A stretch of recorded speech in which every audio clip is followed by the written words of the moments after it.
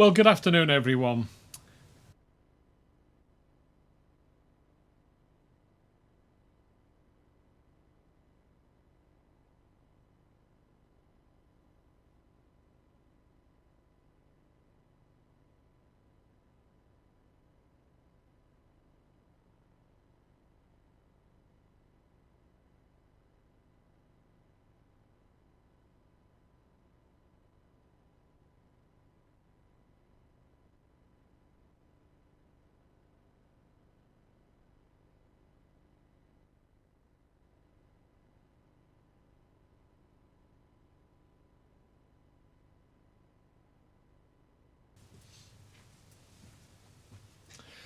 Well, good afternoon, everyone. As well as the Health and Social Care Minister, we have Dr. Henrietta Ewart, our Director of Public Health, on hand, or in fact on Zoom, to answer any public health related questions. On Monday, we published a roadmap document. I mentioned it earlier this week. Since then, Tynwald has considered the document, debated it in detail, and adopted it unanimously. If you can, I would urge you to take a look at it. It describes where we are going, and most relevantly today, it describes how and when we will be making decisions about how we might amend the measures that we put in place in response to the pandemic. In a moment, I would like to take you through the decisions that were taken at the Council of Ministers today. Before I do, I would like to invite the Health and Social Care Minister to take us through today's statistics. David. Thank you very much, Chief Minister. The total number of tests undertaken now stands at 3,625, of which we have had back 3,599, leaving 26 results outstanding. The total number of confirmed cases now stands at 329, so we have had 2 new cases since yesterday, and the total number of active cases now stands at 40. Thank you, Chief Minister. Thank you very much, David. One of the pledges that we made in the roadmap document was to regularly review measures. We said that we would demonstrate the highest levels of transparency towards you. We said that the next review point would be on or around the 8th of May to give us approximately 2 weeks since the last phase of major changes. So this morning I chaired an especially lengthy Council of Ministers meeting. We considered the latest health data available to us, the advice of our clinical leadership, and other important indicators from across our social, economic and law enforcement sectors. We of course wanted particularly to understand what, if any, impact there had been since we made the last changes to our measures on the 24th of April. We of course looked at the trends in confirmed cases, but also the backstory of those cases. I am pleased to say that there was no evidence that any of the cases that we have seen over the last 2 weeks are linked to the sectors that we allowed to return to work on the 24th of April, or indeed any of the changes we made in moving to this stay safe phase. I wish we could tell you more about those backstories, but given the close-knit nature of our island community, this is really difficult without betraying personal medical details, and I'm sure you all understand. Many of the cases we have seen are related to the tragic cluster around Abbotswood. Thanks to some excellent work from the contract tracing team at Public Health, we have good visibility on all the active cases. So, after careful consideration of the data and the clinical advice, the Council of Ministers has therefore agreed to make a number of changes to the measures in place as part of this phase 2 of our plan. I will take you through this in 3 sections, the same 3 sections that we have in our roadmap, that is health, society and economic. So firstly, health. The Council of Ministers discussed and agreed a phased return of a range of non-essential health and care services should now be brought forward. The Department of Health and Social Care has already been engaging with a range of practitioners to discuss how this can be done safely in a carefully managed way that does not adversely impact on our ability to respond to COVID-19.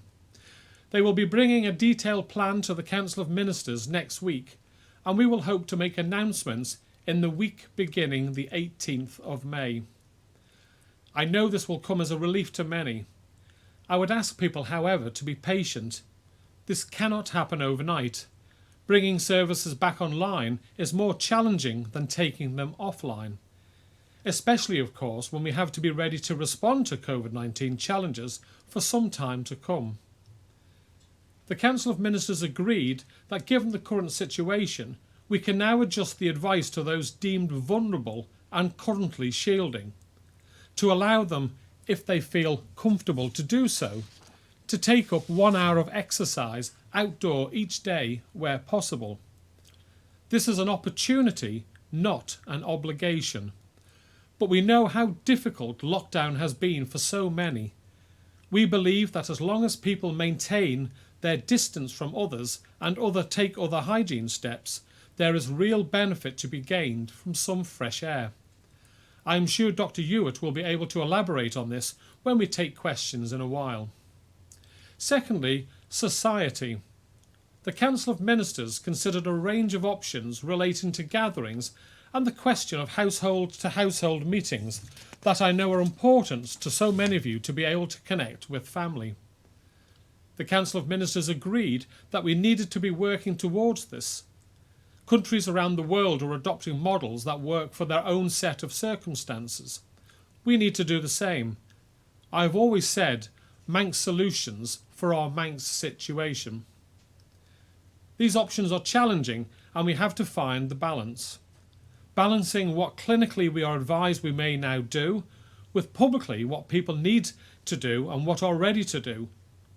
We have commissioned a detailed paper on this, and I have asked the public health to lead on some workshops with groups from across society to test out some of the thinking of this and report back 1 week from now, and I will update you on this important area then.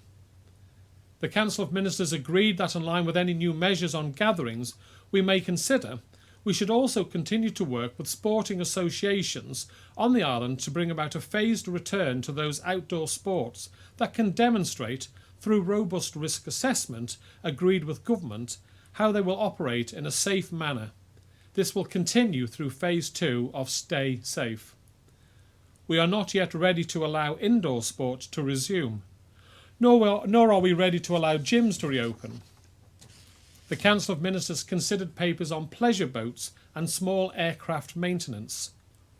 As part of our consideration of recreation, we have agreed that people can use their pleasure craft, subject to safety criteria that we have put in place, to ensure that we minimise any risk of impact on our emergency services. Guidelines will be published next week, ahead of a resumption, we hope, before next weekend. On small aircraft, we considered the need for light aircraft to be able to remain airworthy and for pilots to meet what are known as currency requirements. We agreed that from Sunday this could happen with some stringent limitations. I need to make absolutely clear that these two variations in no way change measures related to our borders. Our borders remain closed. We agreed this morning to allow an expansion of the existing hub schools to provide additional capacity for workers in sectors that may return. But I will say more on that in a second. This will of course be done in close collaboration with our teachers and other school staff to ensure that the environment is safe for them and for our children. We agreed that UCM will start to commence a phased return in disciplines where it is safe to do so. We carefully considered our nurseries. We know that nursery provision will be important as our economy reopens, but we are not yet ready to make changes to the measures on this. For the time being, they should continue to only accept key workers from the current list. We will review this again at our meeting on the 14th of May. Thirdly, moving on to the economy, we have conducted detailed consultation with businesses across the retail sector. The Council of Ministers has agreed in principle, and I repeat in principle, that shops and other retail businesses may open from Monday the 18th of May. This will be subject to further assessment of our key indicators and a final decision on Thursday the 14th of May. We have announced this today to give the retail sector the lead time they require to ensure that their businesses are safe places for their customers and for their workers. We will be publishing the draft guidance they must follow and the risk assessments they will need to consider by the end of this week. Meanwhile, I can confirm that garden centres may open to the public from Monday the 11th of May, with social distancing measures in place. We have been discussing this with businesses and with the businesses involved. Again, we will be publishing the guidelines shortly. If they operate cafes on their premises, those cafes will have to comply with the measures in place relating to cafes elsewhere, so takeaway only, no sit-in dining.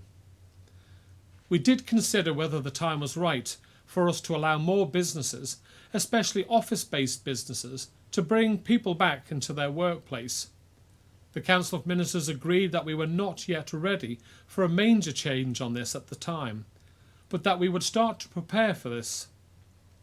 Employees in our financial, professional and digital services remain obliged to limit the number of staff in the offices to those needed for effective operations. We do anticipate that a phased return may be possible in the near future, and we'll be reviewing whether this could be from Monday the 25th of May over the next 2 weeks. This will be based on rigorous risk assessments that demonstrates the duty of care of the employer to provide a safe place to work, with clear limits on social distancing being in place within the office environment. It is unlikely anything approaching the previous levels of occupancy will be seen for some considerable time to come, if it ever will. We are therefore sympathetic to those companies who may wish staff to visit their place of work to determine how a partial and phased return will be done and put in place necessary measures. We will adjust regulations accordingly. Moving on to other matters, I have already announced that the Council of Ministers had agreed in principle that those returning residents who meet certain criteria, could quarantine at home rather than in the Comus Hotel. Today we considered this in more detail. We have approved the criteria, the process and safeguards, and hope to be able to publish full details on Monday. We have talked about balance many times before.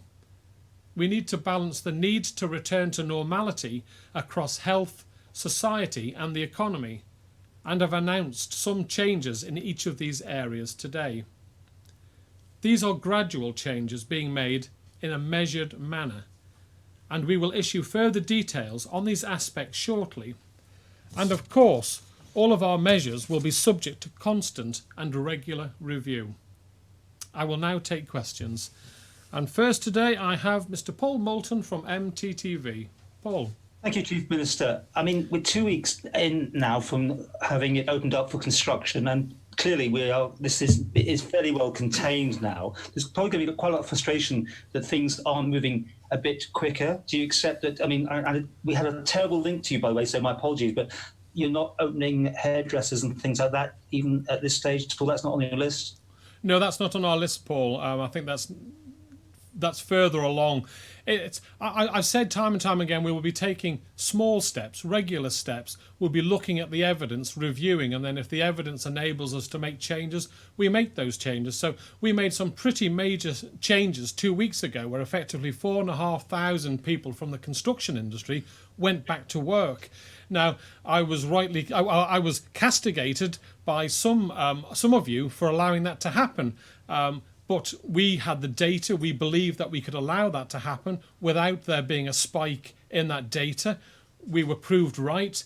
Obviously, we can't be complacent. We have to keep on looking at data. And now we are making the next changes, which will allow all our retail shops to come back, all our garden centres, people to go out in their boat, people to maintain their planes. These are major changes that we are taking. So I don't think they're minor, but we cannot expect to suddenly open everything up straight away. We've got to look at how they can be operated. Are you able to do social distancing when you're cutting someone's hair, for example, Paul? The answer is no. So I'm afraid that was never going to be in the early businesses that were allowed back to work. Now, of course, I understand. I've got many a friend who are hairdressers, and I know how keen they are to get back to work, and I know an awful lot of people. I've had emails from people who are keen to have their hair cut. They see it as part of their social balance of life. But at this moment in time, it cannot be considered. Obviously, getting my hair cut is a very important thing to me. And could I speak to David Ashford, please, just to do my usual crunching of numbers, please? Okay. Thank you. I guess you know what I'm going to ask I you, may David. be able to predict the question, Paul, but go on anyway. I wish you would just give us information. It would help me not be accused of asking So the is same it in question relation day by out? any chance to yesterday's case and the two today? Yeah, because I'm getting, on a serious note, I've got a report here that it may have jumped, but I'm hoping you can clarify where these two cases are from. Can you? So the two cases, I can confirm yesterday's as well. I've been given the information. Yeah. One case, so we'll take the three, which is the one yesterday and the two today. One case had felt unwell for a couple of weeks and had stayed at home during that time and was referred for testing after making contact. And then the other two cases, they are healthcare workers, but in both cases at the moment, there's no established link between their work and any contraction of COVID-19. Right, and what I'm basically getting at, I got a very strong report, but obviously it's just that it's moved to another care home, or this person potentially has a connection to a different care home. Can you confirm or deny, please? Not in relation to the information I've got in front of me. Thank you. Thank you very much. But obviously, if anything changes on that, Paul, then I will confirm to you at a future press conference. Did that count as a question? Can I ask you something else? You can ask me something else if you want, Paul. Okay. Just about the dentist thing. It's been. I had quite a lot of feedback from dentists yesterday, and a new normal could be maybe 4 people a day because of deep cleaning and everything that goes with it. And they're extremely worried. Obviously, a dentist can't make money on 4. We're talking about drilling here. You know, that's when you've got all the dangers with the aerosol stuff. You must be having a think of that and give some hope to dentists, please. Well, there is a review going on what processes dentistry-wise we can turn on. I think, as I've said at previous press conference, it has to be done with dentistry stage by stage. It's not going to go from where we are now to suddenly having full dentistry services back in place. A lot of what dentists do are aerosol generating procedures, and that is a very high risk process, particularly in the current environment we're in. So we have to make sure that anything we turn back on in relation to dentistry is done in a clinically safe way, and that is the overriding concern. That's to protect the patients who are coming into the dentist, but also to protect the dentists and their staff as well. So I know it will be frustrating, and I know there are concerns out there, but I have to emphasise again that anything we do in turning health services back on, and that includes dentistry, will only be done in a staged clinical approach. And would you prioritise that 60-minute test if and when it becomes available as a solution to the problem? That if people know they haven't got it, they could be seen by doctors as well as dentists and other people who might be putting themselves in risk. Well, we spoke about the testing strategy on Monday when Dr. Khan was here. In relation to the testing, let's wait until we get tests actually available. As Dr. Khan explained, though, with the 60-minute test, we will be limited in the amount of tests we'll be able to perform in that and the amount of cartridges that we will actually be provided with and have access to. So we need to make sure that any of that, it really is very much targeted testing where it will have the greatest effect for us, because it will be in limited supply. Thank you very much, David. Thank you very much, Paul. We now move on to Josh from ITV. Josh. Thank you, Chief Minister. My questions are for the Health Minister and Dr. Hewitt, please. Okay, well, do you want to go first with Dr. Hewitt? Yeah, for both of them, really, just to get some more info on the social changes that may be coming soon. Has the social bubble scheme been suggested as an option, as seen currently happening in the Channel Islands, where one family buddies up with another one? And if not, can you explain why that one in particular did not seem like a Manx solution? We're exploring it. As Chief Minister said, we're going to be doing some focus groups across the coming week to actually look at attitudes to that. The Guernsey scheme has drawn heavily on what's happened in New Zealand, obviously, and some of the issues there are, whoever you choose as your reciprocal household, because it does, household A has to designate household B and vice versa. There are all sorts of issues around that about, if you think about grandparents, for example, you have to select one set of grandparents and exclude the other, potentially. So there are issues around it and around the acceptability of it and how people feel about that. And we hope to get a bit of qualitative information around perceptions of that in the groups next week, which will feed into that. But yes, definitely being considered. Yeah, just to follow on from what Henrietta said there, Josh, I fully echo everything that Henrietta said. And as it's important with any policy we do, we've got to make sure that policy is right. There's no point rushing something in without it being thought through. So we need to consider how any bubble would work. As Henrietta has said, what household A dominating household B, particularly around grandparents, that's one set of grandparents that's being excluded from that. So we really need to have a think of the impact of the policies that we actually deliver, not just in terms of the medical impact, but also the societal impact as well. So it needs to be very, very carefully thought through. And as I've made clear from day one, we are not going to rush policies out until we have had that thought process and how it can be implemented and run effectively. Okay, thank you. And my second question, Public Health Isle of Man is obviously closely linked to Public Health England, but now that the Isle of Man is effectively a few steps ahead of the UK, how much advice are you taking from Public Health England now? And are they now in fact taking more advice from yourselves than they were?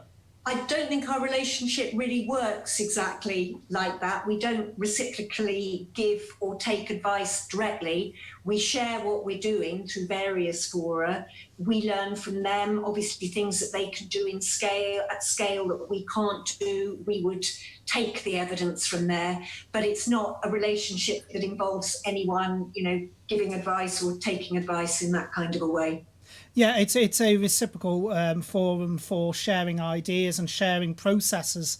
It's also good to see what the experience has been of different jurisdictions, particularly our close neighbours, when they've tried to take certain steps. And I'm sure they'll be looking to us to see what's happened here when we've taken certain steps. In relation to that, I've said from day one that, while we might look to other jurisdictions and see what they are doing, our advice has always been guided by Public Health Isle of Man. That is where the advice comes from, that the decisions then taken by Council of Ministers is based upon, and that's not changed throughout the entire process.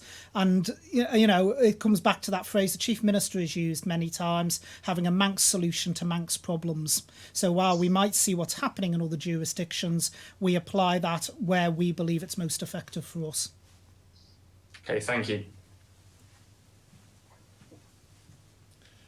And thank you very much, Josh. Moving on, we've got Energy FM and Chris Cave. Chris. Good afternoon, Chief Minister. The more businesses that open, the more people that go back to work. That naturally leaves more and more young people who need looking after. When, therefore, are schools and nurseries expected to reopen in your forecasts if everything else goes according to plan? Well, obviously, this is something the Minister for Education, Sport and Culture is working on with our teacher representatives and other workforce representatives. And I think I mentioned that the UCM are looking to expand their programme and start up again. So I would hope to have more announcements on that in a week's time. But it has to be done properly. We have to make sure that our young people are safe and our teachers are safe. It's harder to do, obviously, because young people don't understand. If you're a toddler or 4 or 5, you don't really understand what social distancing means in your mind. So it's a tougher one to come up with. But obviously, it's something that's been worked on all the time. So the minute I can give you details, Chris, and everyone, I will on that. And could I just ask the general consensus of the teaching bodies about how they feel safe in their environment about going back to work?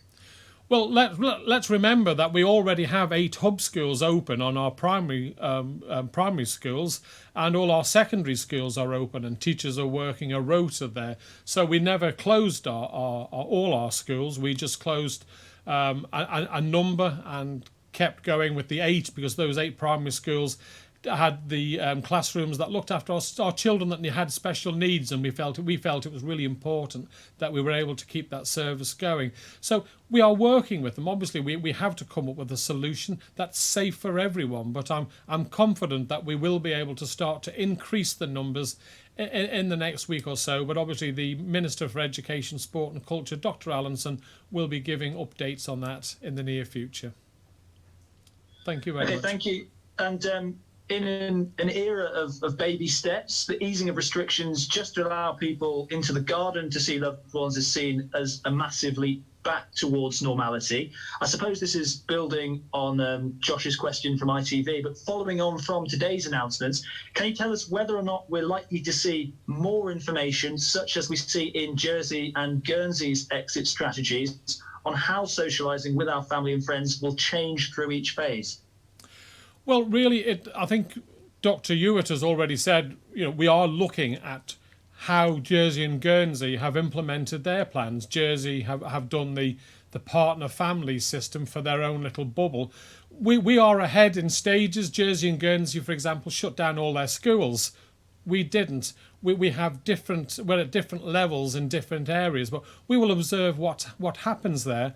But it's got to be little steps safely, and I think the visit of 2 family members to see a loved one is one step forward. I have asked our medics to go away and public health to look at a way where we can have larger gatherings from one family unit with maybe another family unit, but we need to make sure that whatever we do is safe. And I think we in the Council of Ministers have announced another major raft of changes today. I don't like doing major changes all the time, because we need to see the impacts of what we've allowed to happen before we make the next stage. So it will be continuously little steps all the time, review and then move forward if the evidence suggests we can. If a problem comes along and we have to reverse a little bit, then so be it. But so far it's gone well. The Great Manx public haven't let us down. They've followed the rules sensibly, and as a result we're only seeing minimal number of cases. But as I say, we can't be complacent. Social distancing, hand washing, and if I can still restate, staying at home is still the best thing to do. If you can stay at home for a while, then please do stay at home, appreciating people have to go out, but where possible, stay at home for as long as possible is still our advice. That is the safest way for everyone. I suppose essentially what the question was, though, like we saw in that 27-page document which was published on Monday, it showed each phase when certain sectors were expected or when it was safe enough for them to go back to work. Will we see that build up, if you like, with the socialising with our friends and family? Will that be published in a document, or will you just be announcing it in these press conferences as and when that it's safe to do different things? Well, we will be working up the evidence and how we can do it, and that's going on as we speak, Chris. Once we have that evidence, then we will be advising people maybe that from a date, this is what they can do, and we will be putting that evidence on our website so that people can see. But we will give people a lead in time. But at this moment in time, Chris, the data is being worked on by public health. I don't know if Dr. Hewitt wants to add anything to that. No, I think you've covered it really. I mean, the whole essence of this is start low and go slow. There is a whole raft of things that have been applied, and they can all be lightened.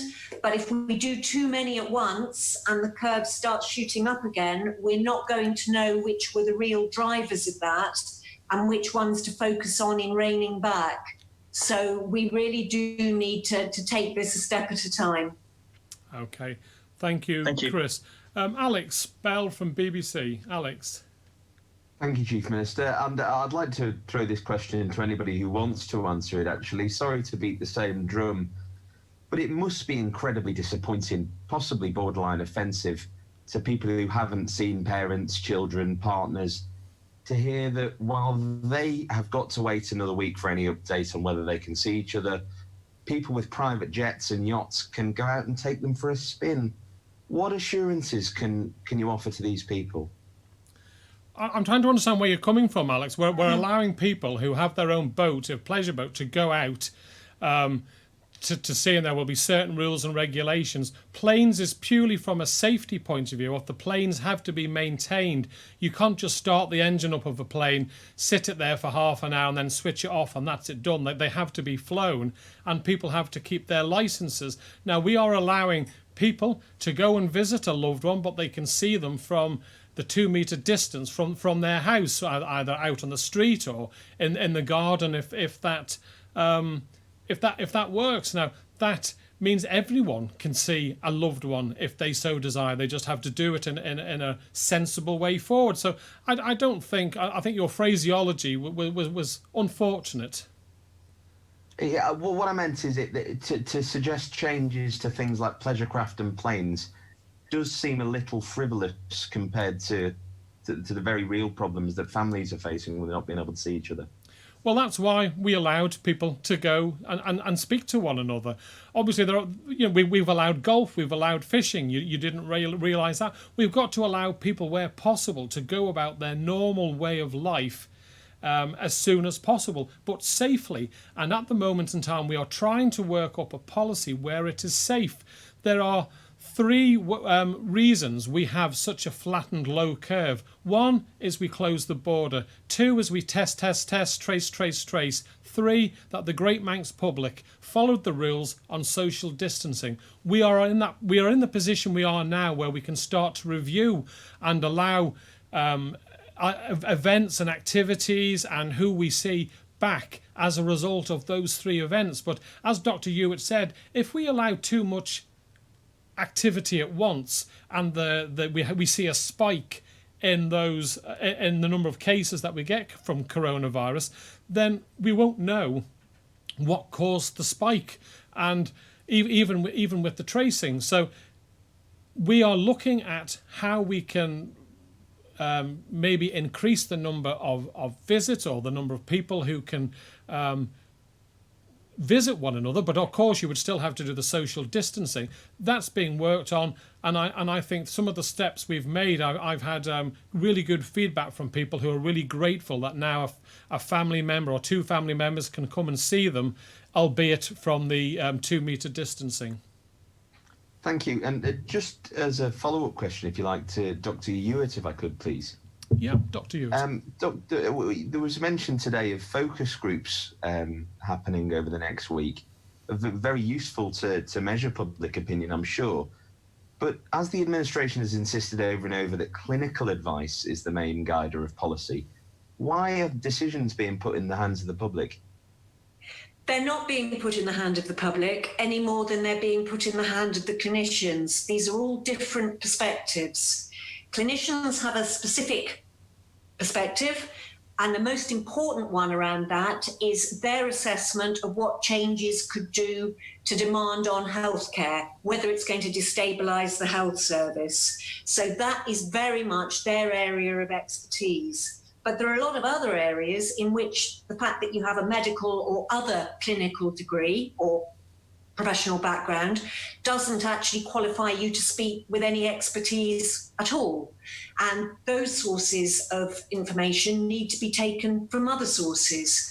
And the perspective of people who actually live the experience of the restrictions, the sort of people that we're hoping to involve in focus groups, is very, very important. And within that, there are very specific groups like the over 70s. How do they feel about restrictions? Do they feel that they need extra protection, or do they feel that that's patronising? All of those things a professional group can't really speak about because the professional group doesn't live that experience. So that's why we need to try and get as many different perspectives as possible in order for the government, our politicians, to actually make the most informed decisions.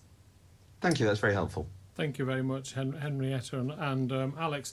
So now it's Sam Turton from Isle of Man Newspapers. Hi, Sam. Good afternoon, Chief Minister. Building on the questions there from Alex, with the small aircraft being flown, how is this going to work in terms of who's policing it and what restrictions will be placed on people who take their planes out? Yeah, thanks, Sam. Yeah, these will be published on our website, of the restrictions that people have to comply with. And obviously they won't be able to go outside of the Isle of Man's territorial waters, and it will be for a certain time that they will be able to fly. Planes cannot just sit there unused, and as I said before, they can't. Just warming the engine up on the runway isn't good for the aircraft. So the aircraft needs to be properly maintained to be safe. But also if you're a pilot, or I'm not, I hasten to add, but if you're a pilot, you need to do so much flying every month, etc., to keep your license going. And that's what we don't want, is at the end of this period to find out that everyone who has a plane can't fly it until they've reset their pilots exam. So these are just practical measures. It's not allowing you to go up with your family and have a joyride around the island. It's practical measures to deal with a practical, with a problem that's been brought to our attention. And as I say, these guidelines will be fully published, and they will be allowed to do it from Sunday. Yeah, and secondly, you said about expanding the education hubs. So we've spoken to the teaching union this afternoon, who said, as far as they're aware, schools will not be opening soon beyond the current hub supporting key workers' children. What exactly are the unions aware of before they come to these press conferences? Because it seems to be that we're getting told two different things about the exact same events here. No, I've always said clearly, Sam, that nothing will happen without the agreement of the teaching unions, the teaching representatives working with the department. So what I would expect to see is that some of the hubs start to increase certain areas of numbers of children, and then working together certain schools will open. But this will be in a slow, step-by-step manner. We will not see every school being announced in 2 weeks' time as opening. It will be small steps, and I've said time and time again, it will be between the Department of Education, Sport and the representatives of the teachers to come up with a solution. But obviously it has to happen, but it will be in small staged manners where the safety of the teachers and the safety of the young people will be the considering factor. So when the shops reopen, does that mean that people who will be having, we could be able to go back into work, does that mean that their children will be included in the list of people who can go to the hubs? No, I said clearly in the speech that the list on the hubs for those taking the ability to take children to either nurseries or schools will stay with the current list. It's only once we've worked out a solution on how we can expand the schools that we will allow more children to go back to the relevant schools. Thank you very much, Sam. Now we have Amanda Cashmore from Jeff the Mongoose. Amanda. Hi, thank you very much, Chief Minister. Firstly, we've been hearing a rumour that there's going to be a cancellation to the Senior Race Day bank holiday. Is that true? Yes, I believe a press release will be going out. We're not going to have a Senior Race Day. A decision has been made, and that will be going out to the public very soon. Can I ask why that's been made when the public possibly needs more morale than ever before? Well, I think there's been an awful lot of days where people haven't been able to get out and about, so giving them... Normally, it's normally Senior Race Day with most businesses, or Tynwald Day. And as we're not having TT Fortnight, it seemed illogical to have Senior Race Day off when we don't have a Senior Race Day, Amanda. Obviously, it will be back next year. Thank you very much. And secondly, our question for Dr. Hewitt, if I may. The microbiology team working at the testing centre have come off other jobs to increase the island's capacity for testing. Are you certain that staffing levels can be sustained as the island ramps up to capacity to test both key workers and asymptomatic people, as the document released earlier this week states?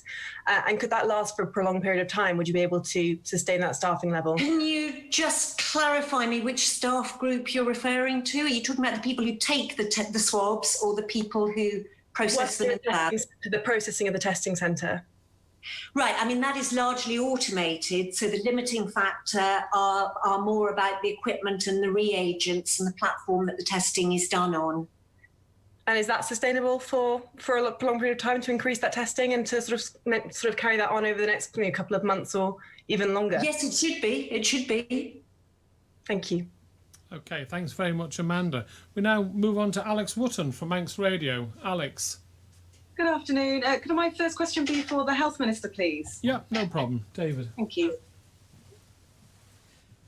Good afternoon, Alex.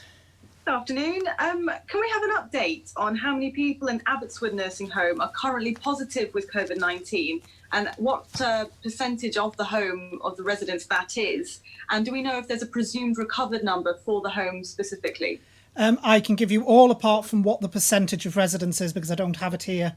But in terms of currently active around Abbotswood, there's 19 current active cases, which breaks down as 1 in the home, the 12 in Newlands that we've previously reported, 6 in hospital, and the recovered figure is 7.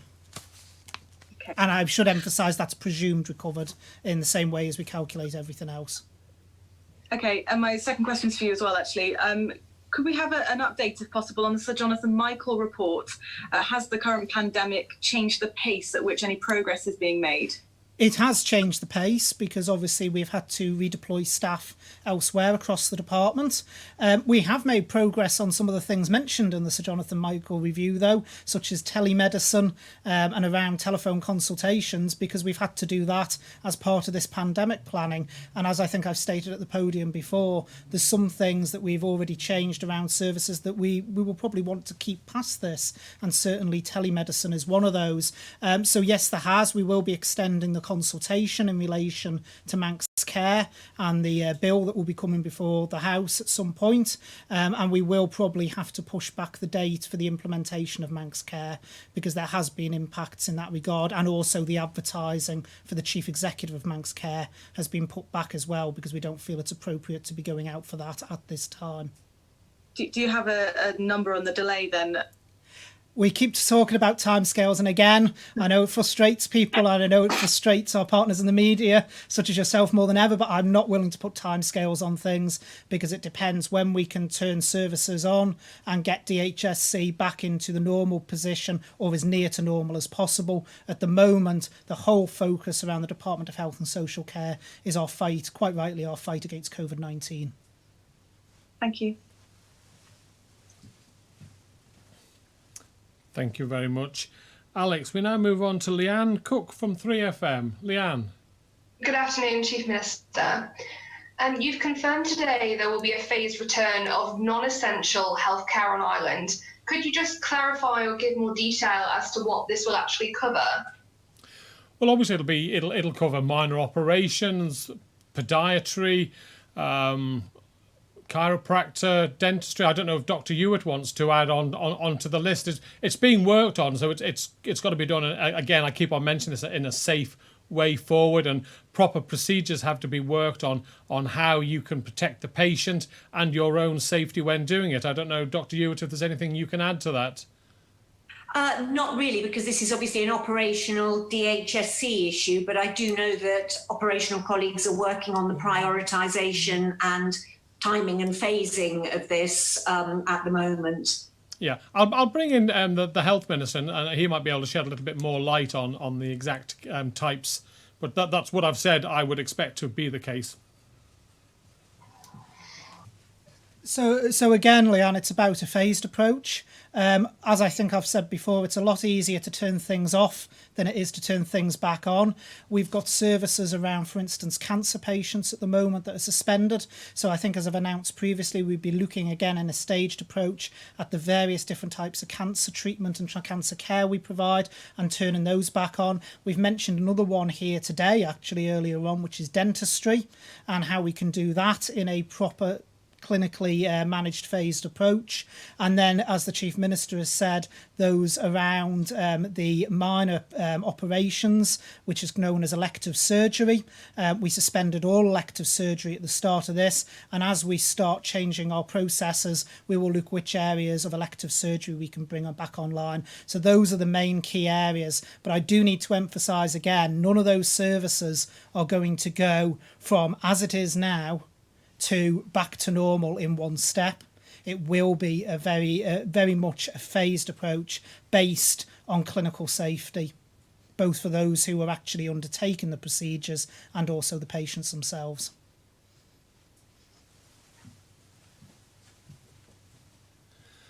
I think before we move on, Leanne, what this is showing, that it doesn't matter whether it's golfing, whether it's fishing, planes, boats, health issues, practices that have had to stop, we have to work with the industry or the representatives of those areas to come up with a safe strategy on how we can take it forward.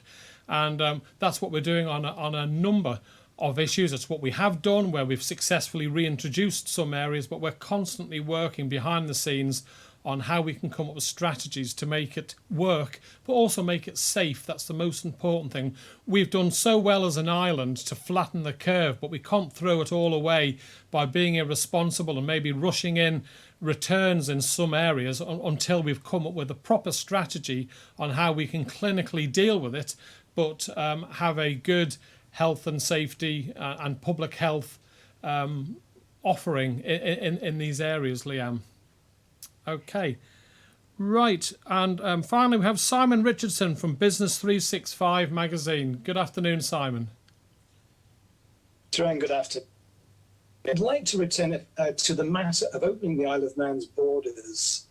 If we reach a point at which the Isle of Man is statistically clear of coronavirus, but it's still prevalent but declining rapidly in the UK, would this be a point at which the borders might reopen? I think it really would have to be on the advice of our medics on this one, Simon. And it may well be that it could be another jurisdiction on the other side of the island that gets to come back to the island first. It really will look, if we're in a good place but our neighbours aren't, then obviously there's no point opening the border for them to import the illness back into the Isle of Man. That would be an absolute disaster. So I think it's going to be quite some time away, Simon, before we open the borders, and nearer the time when we can look at the levels of infection in either the United Kingdom or the island of Ireland, that's when, nearer that time, we can make a sensible decision, and it will probably be, again, little steps, not a sudden opening up of all the borders. It'll be a controlled, phased approach. I suppose what I'm saying is, though, the UK, it's very unlikely that it would be completely clear of the disease for a very long time. Would there be a point at which, though, it might be considered safe under certain circumstances? Well, I suppose it depends what those circumstances are, and that will have to be considered. But we are way in the future, and who knows the antigen testing, if it's up to the 99% reliability, which I'm led to believe it isn't at the moment, then that might be a factor that could be considered. But that's not for me as a politician to advise you. It really is our clinics and our public health to advise us as politicians when that level is likely to be there. But I think for a considerable time, we will not be seeing any open borders with either the UK or the island of Ireland or anywhere else until we feel it would be safe to do. That's down, if you look at our stages and our phases, that is the very last thing to take, for it to happen. Obviously, we still have the repatriation and the key workers and the hospital patient transfer system, putting them aside.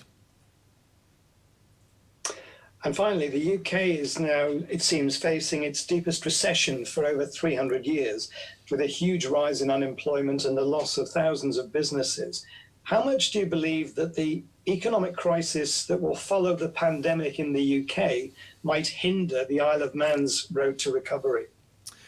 Well, we can never say for certain, Simon, but I think it's important to point out that 80% of our trade is with the United Kingdom. And before this pandemic happened, I had been saying that we needed to revisit the percentage of trade we have with the UK and look at the rest of the world to see what countries were areas where we could expand our business, and that's what the Department of Enterprise had done. They'd come up with a country by country strategy to see where the Isle of Man might be able to increase its percentage business. The UK will always be our biggest trading partner, but we are reliant on it to 80% of our trade, and therefore if they have a significant reduction in business, we can expect to have an impact from that. But obviously we're a resourceful island, and I'm sure our business leaders will help us bounce back as quickly as possible. Thank you very much. Thank you. I'll swiftly move on because we've been at this a while now, so I won't be doing any shout outs today. You've heard enough from me. But I would just like to remind you all that tomorrow is the 75th anniversary of VE Day, Victory in Europe Day, and that's tomorrow. An awful lot of people made the ultimate sacrifice for the freedoms that we take for granted today. And please, can you join me in observing the 2-minute silence at 11 a.m. tomorrow? Until the next time, please stay safe, make the right decisions for you, for your families, and for our island. Thank you very much.